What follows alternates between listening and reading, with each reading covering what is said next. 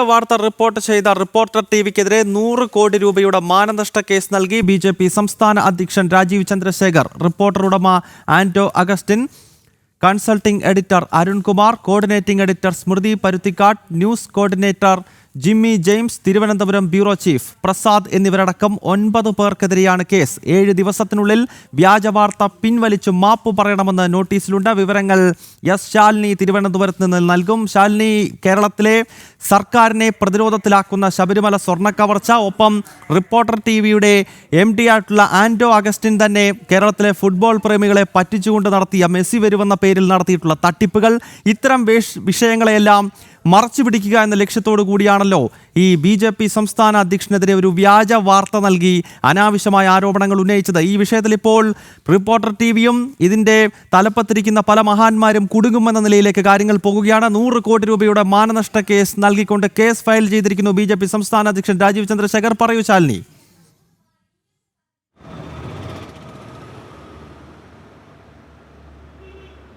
ഗൗതം, തീർച്ചയായും അത് തന്നെയാണ്. കാരണം ശബരിമല അടക്കമുള്ള സ്വർണ്ണക്കവർച്ചയിൽ സംസ്ഥാന സർക്കാരിനെ എതിരെ ആക്ഷേപമുയരുന്ന സാഹചര്യം, ഒപ്പം തന്നെ മറ്റ് വിവാദ വിഷയങ്ങൾ റിപ്പോർട്ടർ ടിവിക്കെതിരെ ഉയർന്ന സാഹചര്യം, ഒന്ന് മരമുറി കേസുമായി ബന്ധപ്പെട്ട തർക്കങ്ങളും അതുമായി ബന്ധപ്പെട്ട വിവാദങ്ങളും ഒരു ഭാഗത്ത് തുടരുന്നു.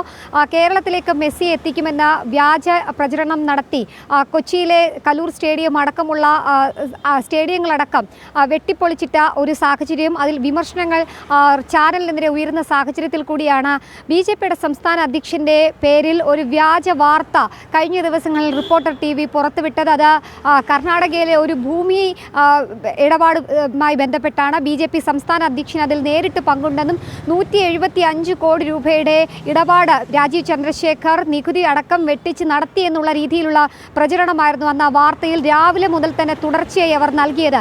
ഇപ്പോൾ ആ വാർത്തയെ അന്ന് തന്നെ തിരസ്കരിച്ചുകൊണ്ട് ആ വാർത്തയോട് പ്രതികരിച്ചുകൊണ്ട് BJPയുടെ സംസ്ഥാന അധ്യക്ഷൻ രംഗത്ത് വന്നിരുന്നു. തനിക്ക് അത്തരത്തിലുള്ള ഒരു രീതിയിലുമുള്ള ഇടപാടുകൾ നടത്തിയിട്ടില്ല. കർണാടക സർക്കാരിൻ്റെ മുൻപിലോ അല്ലെങ്കിൽ കോടതിക്ക് മുൻപാകെ തീർപ്പാക്കിയ ഒരു കാര്യത്തിൽ ഇത്തരത്തിൽ വ്യാജ പ്രചരണങ്ങൾ നടത്തരുതെന്ന് ആദ്യം തന്നെ താക്കീത് നൽകിയതാണ് BJPയുടെ സംസ്ഥാന അധ്യക്ഷൻ, സംസ്ഥാന ജനറൽ സെക്രട്ടറി അടക്കമുള്ളവർ മാധ്യമങ്ങൾക്ക് മുൻപിൽ പറഞ്ഞതുമാണ്. പക്ഷേ അത് വകവയ്ക്കാതെ നിരന്തരമായി വ്യാജ വാർത്തകൾ നൽകിയ റിപ്പോർട്ടർ ടിവിക്കെതിരെയാണ്, റിപ്പോർട്ടർ ടിവിയുടെ മാനേജ്മെന്റിനെതിരെയാണ് കടുത്ത നടപടികളുമായി BJP സംസ്ഥാന അധ്യക്ഷൻ ഇപ്പോൾ നീങ്ങുന്നത്. 100 കോടി രൂപയുടെ മാനനഷ്ട കേസാണ് അഭിഭാഷകൻ മുഖേന ഇപ്പോൾ ഫയൽ ചെയ്തിരിക്കുന്നത് എന്നുള്ളതാണ് നമ്മൾ മനസ്സിലാക്കുന്നത്. അതിൽ റിപ്പോർട്ടർ ടിവിയുടെ ഉടമ ആന്റോ അഗസ്റ്റിൻ, കൺസൾട്ടിംഗ് എഡിറ്റർ അരുൺകുമാറുണ്ട്, coordinating editor Smriti Paruthikkad, news coordinator Jimmy James, തിരുവനന്തപുരത്തെ ബ്യൂറോ ചീഫ് TV പ്രസാദ് അടക്കമുള്ളവരാണ് ഈ വാർത്ത തിരുവനന്തപുരത്ത് നിന്നും ബ്രേക്ക് ചെയ്തത്, വാർത്തയായി നൽകിയത്. അപ്പോൾ TV പ്രസാദ് അടക്കം 9 പേർക്കെതിരെയാണ് ഇപ്പോൾ കേസ് നൽകിയിട്ടുള്ളത് എന്നുള്ളതാണ് ഏറ്റവും ശ്രദ്ധേയമായിട്ടുള്ള കാര്യം. അതായത് BJPയുടെ സംസ്ഥാന അധ്യക്ഷന് ഒരു രീതിയിലും ബന്ധമില്ലാത്ത BPLുമായി ബന്ധപ്പെടുത്തി ഭൂമി ഇടപാടുമായി കൂട്ടിക്കലർത്തി BJP സംസ്ഥാന അധ്യക്ഷൻ അദ്ദേഹത്തിൻ്റെ പേരടക്കം ദുരുപയോഗം ചെയ്തതിനാണ് ഈ 100 കോടിയുടെ മാനനഷ്ട കേസ് ഇപ്പോൾ BJP സംസ്ഥാന അധ്യക്ഷൻ നൽകിയിട്ടുള്ളത്.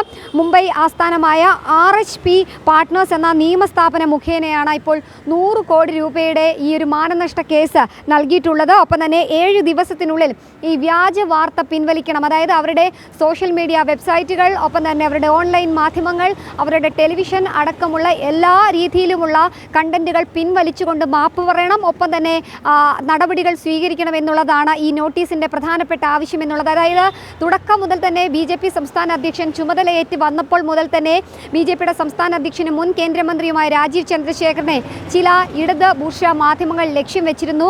അദ്ദേഹത്തിനെതിരെ ആരോപണങ്ങൾ നിരന്തരമായി ഉണ്ടാക്കാൻ, ഒപ്പം തന്നെ BJPക്കുള്ളിൽ തന്നെ ഒരു കലഹം ഉണ്ടാക്കാൻ, ഗ്രൂപ്പ് പോര് ഉണ്ടാക്കാൻ അല്ലെങ്കിൽ ഗ്രൂപ്പ് പോര് സൃഷ്ടിക്കാനൊക്കെയുള്ള ഒരു ശ്രമങ്ങൾ, അതായത് BJP സംസ്ഥാന അധ്യക്ഷന് നേരെ ഒരു വിഭാഗം തിരിയുന്നു, BJP സംസ്ഥാന അധ്യക്ഷൻ എടുക്കുന്ന തീരുമാനങ്ങൾ ഒരു വിഭാഗം BJP പ്രവർത്തകർ ഏറ്റെടുക്കുന്നില്ല എന്നൊക്കെയുള്ള രീതിയിൽ വ്യാജ പ്രചരണങ്ങൾ നൽകി ആ വ്യാജ പ്രചരണങ്ങളെ BJPയുടെ സംസ്ഥാന നേതൃത്വവും BJPയുടെ മുതിർന്ന നേതാക്കന്മാരും കേന്ദ്ര നേതൃത്വവും അടക്കം അമ്പേ തള്ളുന്ന സാഹചര്യം ഉണ്ടായപ്പോഴാണ് ഇത്തരത്തിൽ BPLന്റെ പേര് പറഞ്ഞുകൊണ്ട് BJP സംസ്ഥാന അധ്യക്ഷനെ കുടുക്കാനായി ഒരു വ്യാജ പ്രചരണവും വ്യാജ വാർത്തയുമായി എത്തിയിട്ടുള്ള ആ വാർത്തയെ നിയമപരമായി തന്നെ നേരിടാൻ BJPയുടെ സംസ്ഥാന നേതൃത്വം തയ്യാറെടുക്കുകയാണ്.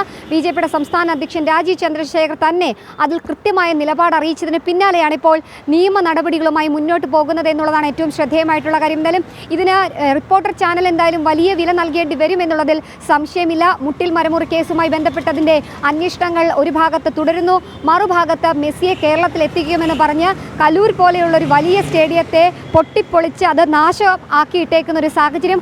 അതിനെതിരെ നിയമ നടപടികളും വിവാദങ്ങളും വാർത്തകളും ഒക്കെ തുടർച്ചയായി വരുന്നു.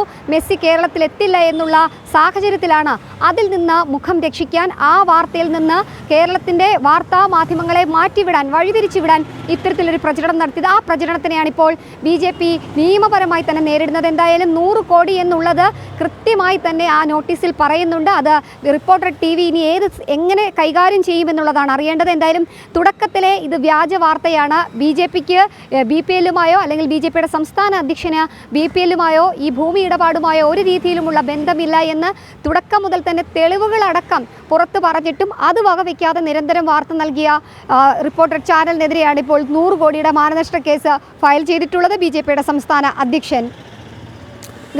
അത് തന്നെയാണ് ശാലിനി നേരത്തെ ചൂണ്ടിക്കാണിച്ചതുപോലെയാണ്. അതായത് ഈ BJPയുടെ തലപ്പത്തേക്ക് വരുന്ന പ്രമുഖ നേതാക്കന്മാരെ ലക്ഷ്യമിട്ടുകൊണ്ട് കേരളത്തിലെ ചില മാധ്യമങ്ങൾ ഇത്തരം നീക്കങ്ങൾ മുൻപും നടത്തുന്നുണ്ട്. ഇപ്പോൾ കുമ്മനം രാജശേഖരൻ, അദ്ദേഹം വളരെ സീനിയറായ നേതാവാണ്. അദ്ദേഹം അധ്യക്ഷനായിരിക്കുന്ന സമയത്ത് അദ്ദേഹത്തെ പരിഹസിച്ചുകൊണ്ടുള്ള ചില വാർത്തകൾ ഒരുമിച്ച് ചെയ്യാൻ ശ്രമിക്കുന്നു. K. സുരേന്ദ്രൻ അധ്യക്ഷനാകുന്ന സമയത്ത് അദ്ദേഹത്തിനെതിരായിട്ടുള്ള വ്യാജ വാർത്തകൾ നൽകുന്നു. ഇപ്പോൾ രാജീവ് ചന്ദ്രശേഖറിൻ്റെ കേസിലാണെങ്കിലും E. ശ്രീധരനെ പോലെയുള്ള പ്രമുഖർ ഒരുപക്ഷെ BJP രാഷ്ട്രീയത്തിന് പുറത്തുനിന്ന് BJPയുടെ പൊളിറ്റിക്സ് ഉൾക്കൊണ്ടുകൊണ്ട് ഇതിലേക്ക് വരുന്ന സമയത്ത് അവർക്കെതിരെ വാർത്തകൾ നൽകിക്കൊണ്ട് ചില നീക്കങ്ങൾ ആരംഭിക്കുന്നു. അപ്പോൾ ഇതൊരു സംഘടിതമായ ശ്രമം ചില മാധ്യമ സ്ഥാപനങ്ങളുടെ ഭാഗത്ത് നിന്നും കേരളത്തിൽ കഴിഞ്ഞ കുറേ നാളുകളായി, പ്രത്യേകിച്ച് കേരളത്തിൽ BJP ക്ലച്ച് പിടിക്കും, വേരൂന്നും എന്ന കൃത്യമായ സന്ദേശം വരുന്ന കഴിഞ്ഞ ഒരു 10-15 വർഷക്കാലമായി തുടർച്ചയായി നടക്കുന്ന ഒരു പ്രോസസ്സാണിത്. അതിൻ്റെ ഭാഗമാണല്ലോ ഇപ്പോൾ ഈ റിപ്പോർട്ടർ TV നൽകിയ ഈ വ്യാജ വാർത്ത. ശാലിനി,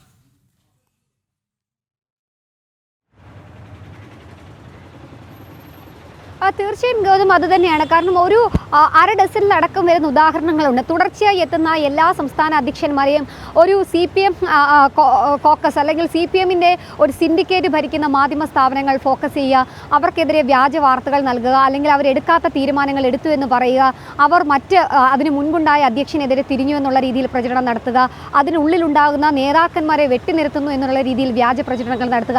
അതിൻ്റെയൊക്കെ ഒരു പീക്ക് എന്ന രീതിയിലാണ് ഇപ്പോൾ BJPയുടെ സംസ്ഥാന അധ്യക്ഷൻ മുൻ കേന്ദ്രമന്ത്രിയായ രാജീവ് ചന്ദ്രശേഖർ കേരളത്തിലേക്ക് എത്തിയ അന്നു മുതൽ തന്നെ അദ്ദേഹം മത്സരിക്കാൻ എത്തിയപ്പോൾ ഇത്തരത്തിലുള്ള പ്രചരണങ്ങൾ നടത്തി, കെട്ടിയിറക്കിയ നേതാവ് എന്നൊക്കെ രീതിയിലുള്ള ആളുകൾക്കിടയിലുള്ള ഒരു പ്രചരണം നടത്താനൊരുങ്ങി. അതൊന്നും ക്ലച്ച് പിടിക്കാതായ സാഹചര്യത്തിൽ പിന്നീട് അദ്ദേഹം സംസ്ഥാന അധ്യക്ഷത്തിൻ്റെ കസേരയിലേക്ക് എത്തിയപ്പോൾ അദ്ദേഹത്തിനെതിരെ പ്രചരണങ്ങൾ വർദ്ധിച്ചു. അദ്ദേഹം മുരളീധരനെതിരെയും മുൻ കേന്ദ്രമന്ത്രി കൂടിയായ V. മുരളീധരൻ അടക്കമുള്ളവർക്കെതിരെ തിരിയുന്നു, മുൻ സംസ്ഥാന അധ്യക്ഷനായ K. സുരേന്ദ്രനെതിരെ തിരിയുന്നു എന്നൊക്കെയുള്ള രീതിയിൽ പ്രചരണങ്ങൾ നടത്തുക, അത് അവരുടെ സോഷ്യൽ മീഡിയ പ്ലാറ്റ്ഫോമുകളിൽ പ്രചരിപ്പിക്കുക, അത് CPM-ൻ്റെ അറിവോടെയൊക്കെയാണ് എന്നുള്ള രീതിയാണ് നമുക്ക് മനസ്സിലാക്കാൻ സാധിക്കുന്നത്. ഇപ്പോൾ തന്നെ നിലവിലെ സാഹചര്യം പരിശോധിക്കുകയാണെങ്കിൽ കേരളത്തിൽ ശബരിമലയിലെ സ്വർണ്ണ കവർച്ച കത്തി നിൽക്കുന്ന സാഹചര്യം, ഒപ്പം തന്നെ വിശ്വാസികളെ സംഘടിപ്പിക്കാൻ സംസ്ഥാന സർക്കാർ ഒരു ഭാഗത്ത് ആഗോള അയ്യപ്പ സംഗമം നടത്തി, അവർക്കൊപ്പം അയ്യപ്പന്മാരോ അല്ലെങ്കിൽ ഭക്തരോ ആരും നിലനിൽക്കാത്ത സാഹചര്യം. BJP നടത്തിയിട്ടുള്ള പരിപാടികളിൽ വലിയ രീതിയിലുള്ള ജനപങ്കാളിത്തം ഉണ്ടാകുന്നു, കർമ്മസമിതി പരിപാടികളിൽ നിൽക്കുന്നു, ഒപ്പം തന്നെ BJP വിശ്വാസികൾക്കൊപ്പം എന്ന ഹാഷ്ടാഗോടുകൂടി അവരുടെ ഐക്യദാർഢ്യം പ്രഖ്യാപിക്കുന്നു. അതൊക്കെ തിരിച്ചടിയാകുമെന്ന് ഭയന്നുകൊണ്ട് തന്നെ ഒരു വിഭാഗം CPM സിൻഡിക്കേറ്റുകൾ സ്വീകരിക്കുന്ന നടപടി തന്നെയാണ് ഇതെന്നുള്ളതാണ് തുടക്കം മുതൽ തന്നെ BJP പറഞ്ഞത്. അത് ശരിവെക്കുന്നത് തന്നെയാണ് ഈ നിയമ നടപടി എന്നുള്ളതാണ് ഏറ്റവും ശ്രദ്ധേയമായിട്ടുള്ള കാര്യം. എന്തായാലും ഈ വാർത്ത വന്ന് ഏകദേശം 4 ദിവസത്തോളം ആകുമ്പോഴും തുടക്കം മുതൽ വാർത്ത വന്ന ആ ദിവസം തന്നെ ഒരുപക്ഷെ ആ വാർത്തയിൽ നിന്ന് പിന്നോട്ട് പോകാനോ അല്ലെങ്കിൽ ആ വാർത്തയോട് പ്രതികരിക്കാതിരിക്കാനോ ഒന്നും BJPയുടെ സംസ്ഥാന അധ്യക്ഷൻ തയ്യാറായില്ല. അദ്ദേഹം അന്ന് തന്നെ മാധ്യമങ്ങളെ കണ്ടു, അന്ന് തന്നെ ഇതുമായി ബന്ധപ്പെട്ട വിശദീകരണം മാധ്യമങ്ങൾക്ക് മുൻപിൽ നൽകിയതാണ്. ഒന്നിലധികം റിപ്പോർട്ടർമാർ എത്തി. അതുതന്നെയാണ് ഈ ചാനലിന് എന്ത് ധാർമ്മികതയാണ്. ഈ ചാനലിന്റെ മുതലാളി എന്ന് പറയുന്നത് മരം വെട്ടി കടത്തിയ ആളാണ്. ഇത് അറിയാത്തതായി കേരളത്തിൽ ആരുമില്ല. ഇതിലേറ്റവും രസകരം, ഈ ചാനലിന്റെ ഒരു പ്രധാനപ്പെട്ട ആങ്കർ മറ്റൊരു ചാനലിൽ ഇരിക്കുന്ന സമയത്ത് ഈ മരം വെട്ടിനെതിരെ സ്റ്റോറി കൊടുത്തിട്ടുണ്ട്. മരം വെട്ടിനെ വിമർശിച്ചുകൊണ്ട് വലിയ സ്ക്രീനിൽ വാർത്ത ചെയ്ത അരുൺകുമാർ നേരെ റിപ്പോർട്ടർ ചാനലിൽ എത്തിയിട്ട് മരം വെട്ടിനെ പറ്റി ഒരു വാക്ക് പോലും ഉണ്ടായിരിക്കും. അപ്പോൾ ഇവരുടെ ധാർമ്മികതയെ പറ്റി പ്രത്യേകിച്ച് നമ്മൾ എടുത്തു പറയേണ്ടതില്ലല്ലോ ശാലിനി.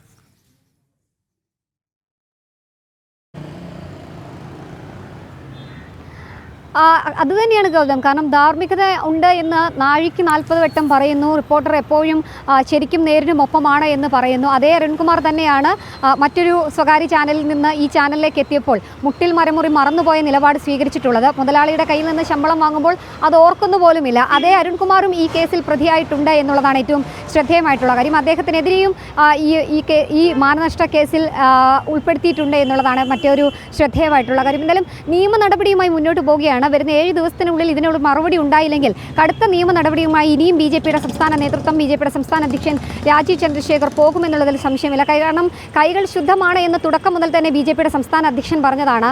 മുതിർന്ന ബിജെപിയുടെ നേതാക്കന്മാരെല്ലാം പറഞ്ഞതാണ്. എന്നിട്ടും ആ വാർത്ത പിൻവലിക്കാനോ അതിൻ്റെ നിജസ്ഥിതി കണ്ടെത്താനോ അതിൽ നിന്ന് പിന്നോട്ട് പോകാനോ റിപ്പോർട്ടർ നേതൃത്വം തയ്യാറാകാത്ത സാഹചര്യത്തിൽ കൂടിയാണ് മാനേജ്മെന്റിനെതിരെ ഇത്തരത്തിലൊരു കടുത്ത നടപടി സ്വീകരിക്കുന്നത്. അതായത് വരും മണിക്കൂറിൽ ബിജെപിയുടെ കൂടുതൽ പ്രതികരണം ഇക്കാര്യത്തിൽ വരുമെന്നുള്ളതിൽ സംശയമില്ല. എന്തായിരിക്കും ഇനി തുടർ നീക്കങ്ങൾ റിപ്പോർട്ടർ സ്വീകരിക്കുക? അതേസമയം തന്നെ ആ നീക്കങ്ങൾ ബിജെപി പ്രതീക്ഷിക്കുന്നത് പോലെ അല്ല എങ്കിൽ, അതായത് നിയമ നടപടി ആവശ്യപ്പെട്ടതിന്റെ അടിസ്ഥാനത്തിലല്ല റിപ്പോർട്ടർ മുന്നോട്ട് പോകുന്നതെങ്കിൽ കടുത്ത നടപടികളിലേക്ക് നീങ്ങാൻ തന്നെയാണ് ബിജെപി ഈ ഘട്ടത്തിൽ ആലോചിക്കുന്നത്. എന്തായാലും മാനനഷ്ട കേസ് ഫയൽ ചെയ്തിരിക്കുന്നു. 100 കോടിയുടെ മാനനഷ്ട കേസാണ് റിപ്പോർട്ടർ മാനേജ്മെന്റിനെതിരെയും റിപ്പോർട്ടർ ടീമിനെതിരെയും ഇപ്പോൾ രജിസ്റ്റർ ചെയ്തിട്ടുള്ളത്, ഫയൽ ചെയ്തിട്ടുള്ളത്. ഗൗതം, വ്യാജ വാർത്ത റിപ്പോർട്ട് ചെയ്ത റിപ്പോർട്ടർ ടിവിക്കെതിരെ 100 കോടി രൂപയുടെ മാനനഷ്ട കേസ് നൽകി ബിജെപി സംസ്ഥാന അധ്യക്ഷൻ രാജീവ് ചന്ദ്രശേഖർ. റിപ്പോർട്ടർ ഉടമ Anto Augustine, consulting editor Arunkumar, coordinating editor Smriti Paruthikkad, news coordinator Jimmy James, ഒപ്പം തിരുവനന്തപുരം ബ്യൂറോ ചീഫ് പ്രസാദ് എന്നിവരടക്കം 9 പേർക്കെതിരെയാണ്